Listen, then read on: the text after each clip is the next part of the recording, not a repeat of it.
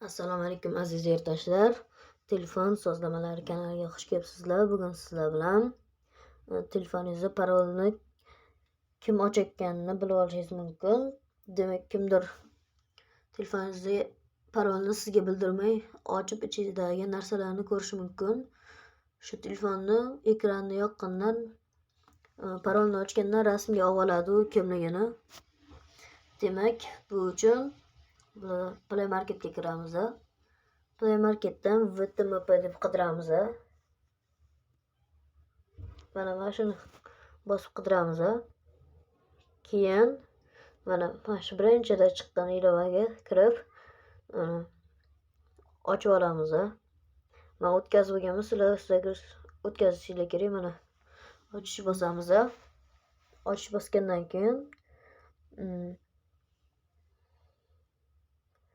zapustit qilamiz. Mana buni bosamiz. Bosamiz. Keyin o'zi kiradi. Keyin mana bu выключить bosib qo'ysak, okni bosamiz. Bu ilova ishlagandi. Mana yoqib qo'yamiz. Keyin ruxsati bor ilovalarga kiradi. Hozir загрузка qilsin. Keyin mana shu yerdan VTMPni ichiga kirib, shunaqangi yoqib qo'yamiz. Keyin yana chiqamiz. Keyin mana включить qilib olamiz. OK bosamiz. Bo'ldi.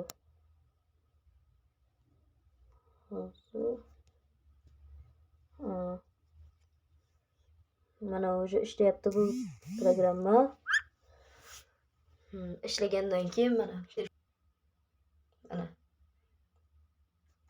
kim ochsa yuzini tushirib oladi rasmga.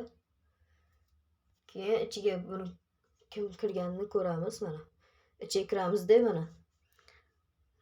mana nechinchida kim ochganini ko'rinib turibdi. Ichiga bosamiz. Mana video foydali bo'lgan bo'lsa bitta like bosib qo'yamiz. Kanalimga ham obuna bo'lib qo'yinglar. Bundan keyingi qiziq videolar ham kanalimda bor. Hammaga rahmat.